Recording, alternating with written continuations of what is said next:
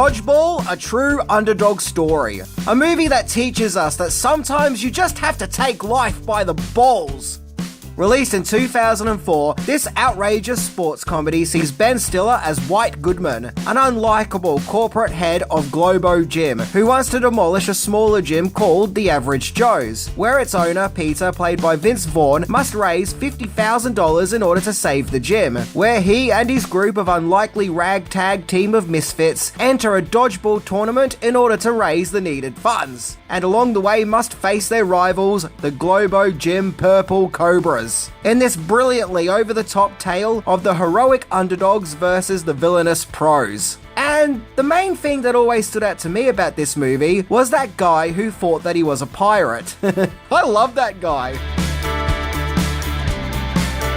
So it's time to explore Dodgeball, a true underdog story, which for timing purposes in this video I'm just going to refer to as Dodgeball.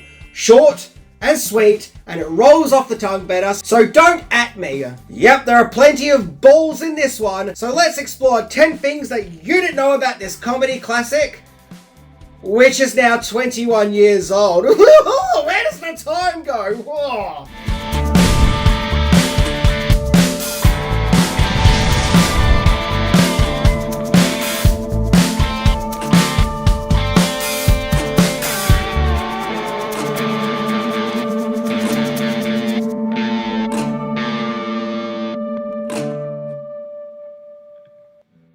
Number 10, the inspiration for Dodgeball.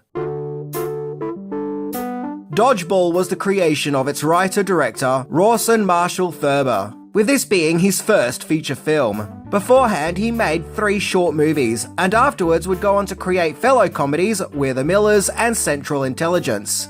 He got the inspiration for Dodgeball from a book called Fast Food Nation. The 2001 book explores the real-life dilemma of obesity and modern-day unhealthy eating, and how unhealthy, easily ready-made food is becoming the norm.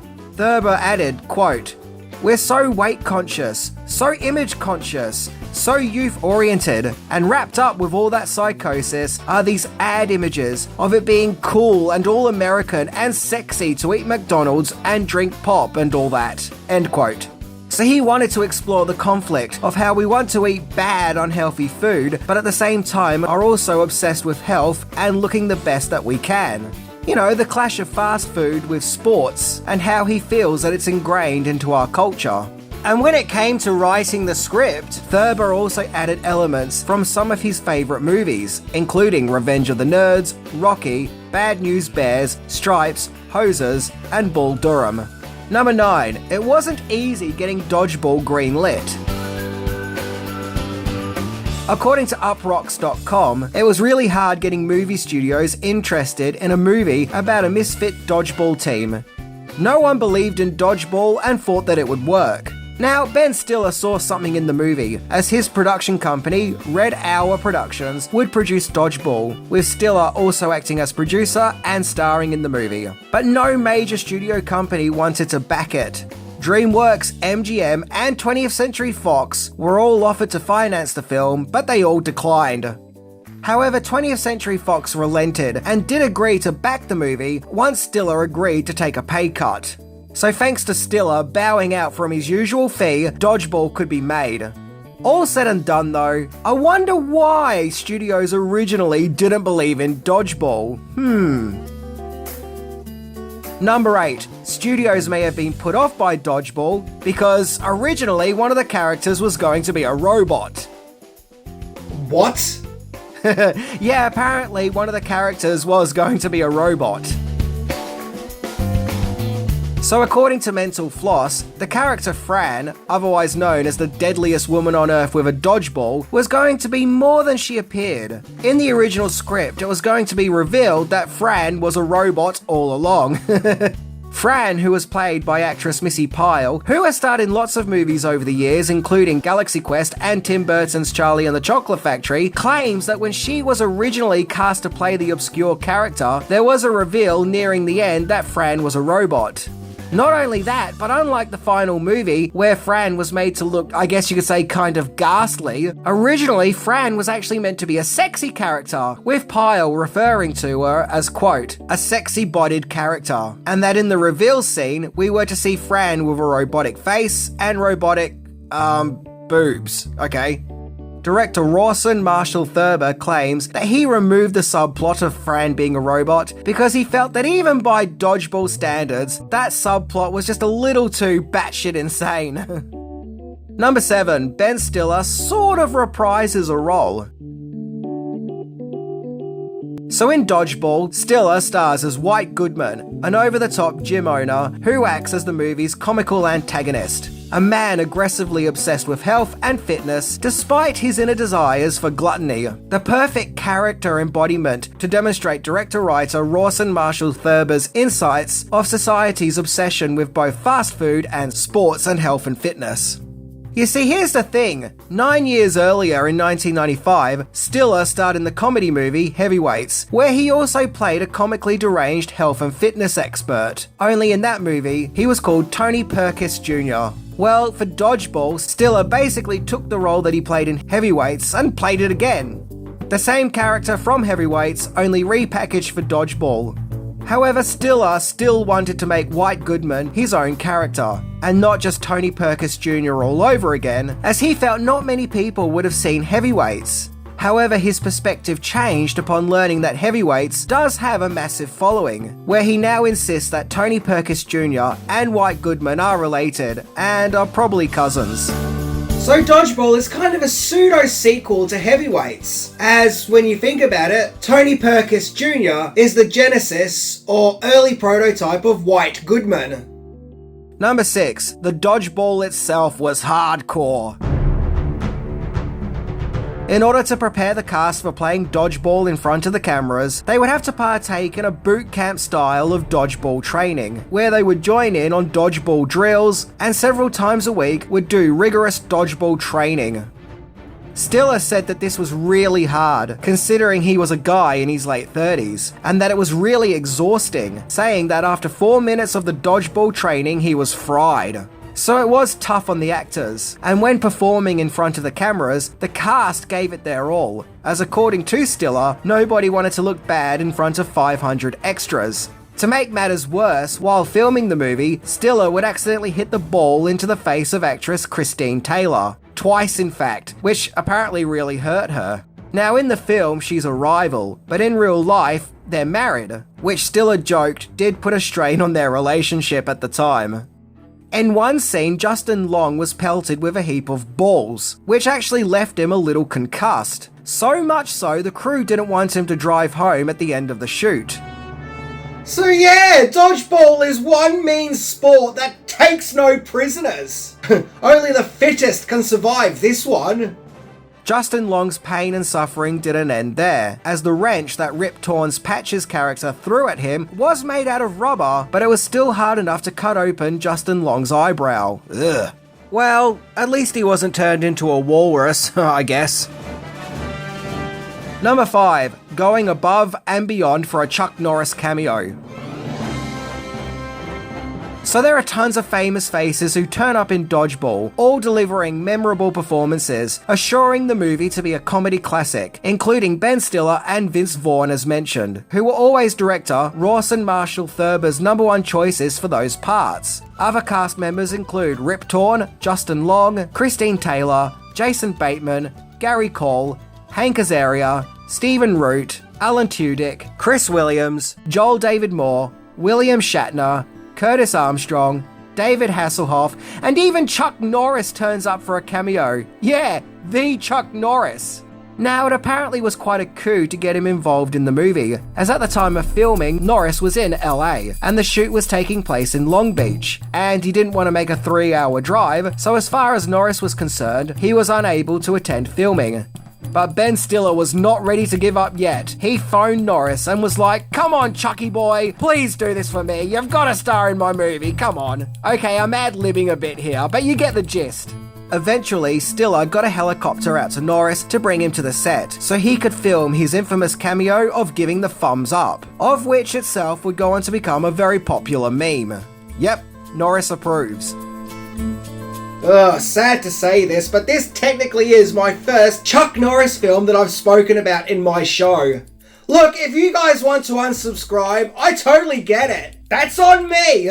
That is exactly what I deserve. By the way, let me know if you think I should do an episode on Invasion USA. Number 4, lawsuit. Yeah, so although many of the going-ons behind the scenes may be pretty funny and jovial, it's not all fun and games as things got a little serious, where after the release of Dodgeball, 2 scriptwriters filed a lawsuit against 20th Century Fox and Ross and Marshall Thurber, claiming that the script for Dodgeball, a true underdog story, was a copy of a script that they had written called Dodgeball the Movie, and that the scripts were written around about the same time, and that the script for the unmade Dodgeball movie was actually submitted 1 month before Thurber's script.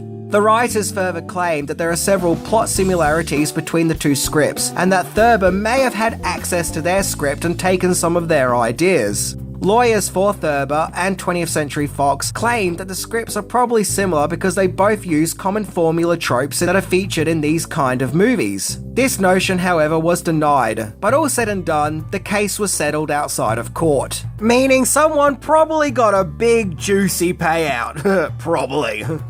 Man, don't you just love it when legal issues get involved with fun creativity? Ugh.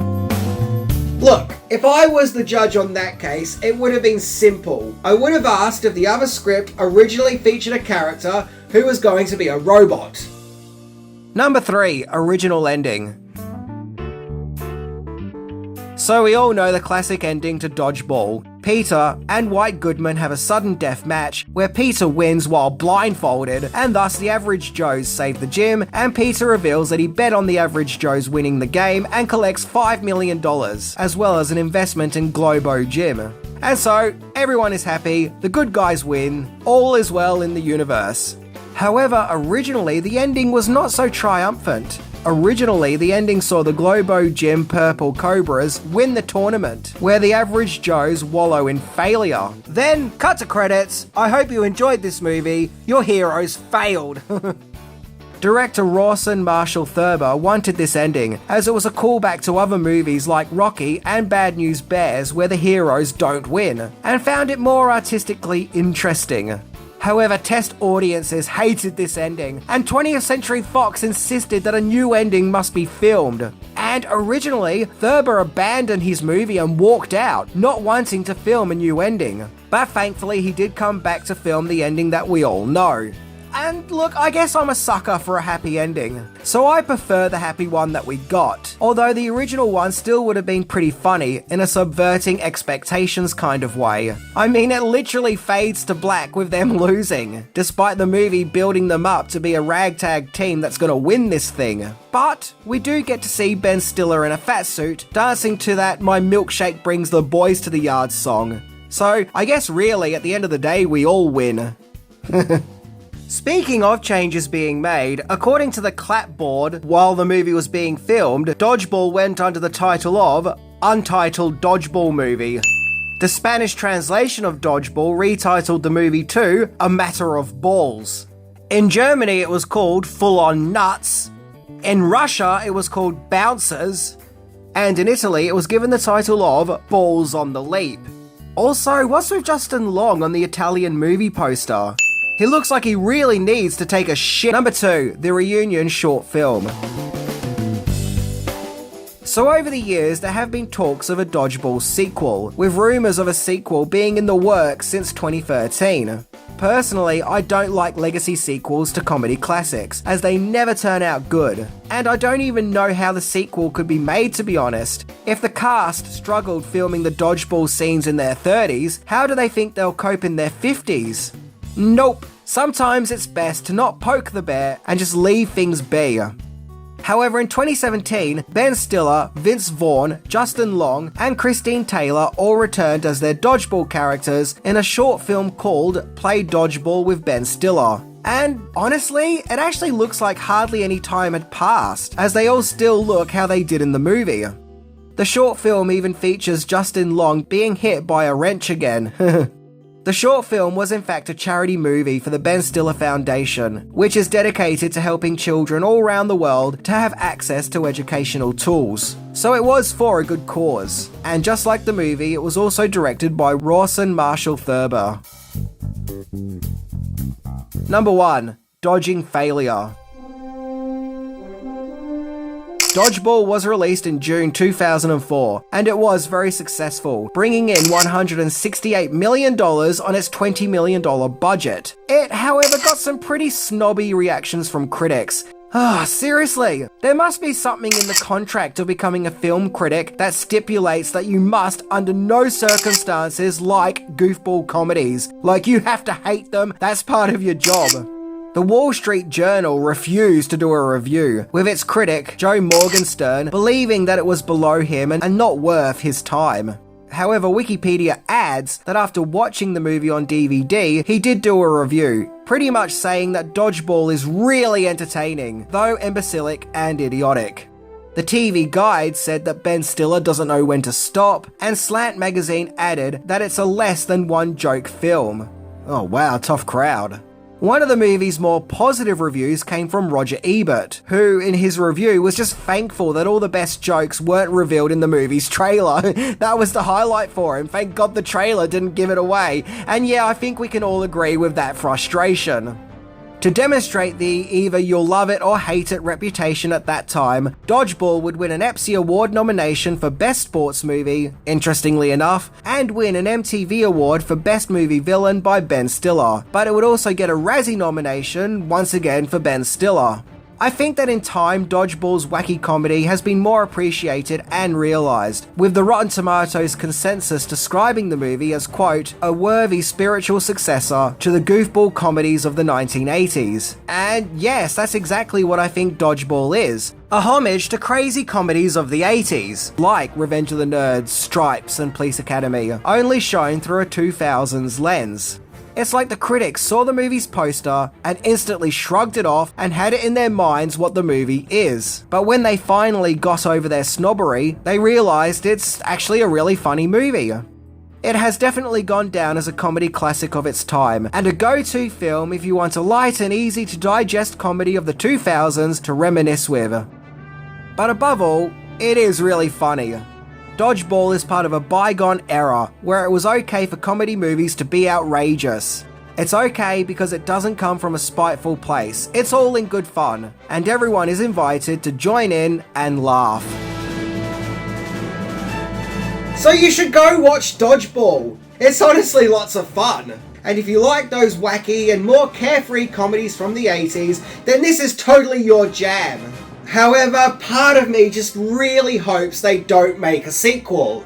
Come on guys, you don't need it. Don't do it. You know it'll never be able to live up to 2004. And really, what's the point? So you can have 5 Ferraris instead of 4? It just doesn't justify the means. Anyway, I'm Minty, and that was my look into Dodgeball, a movie that truly does have some serious balls. See ya!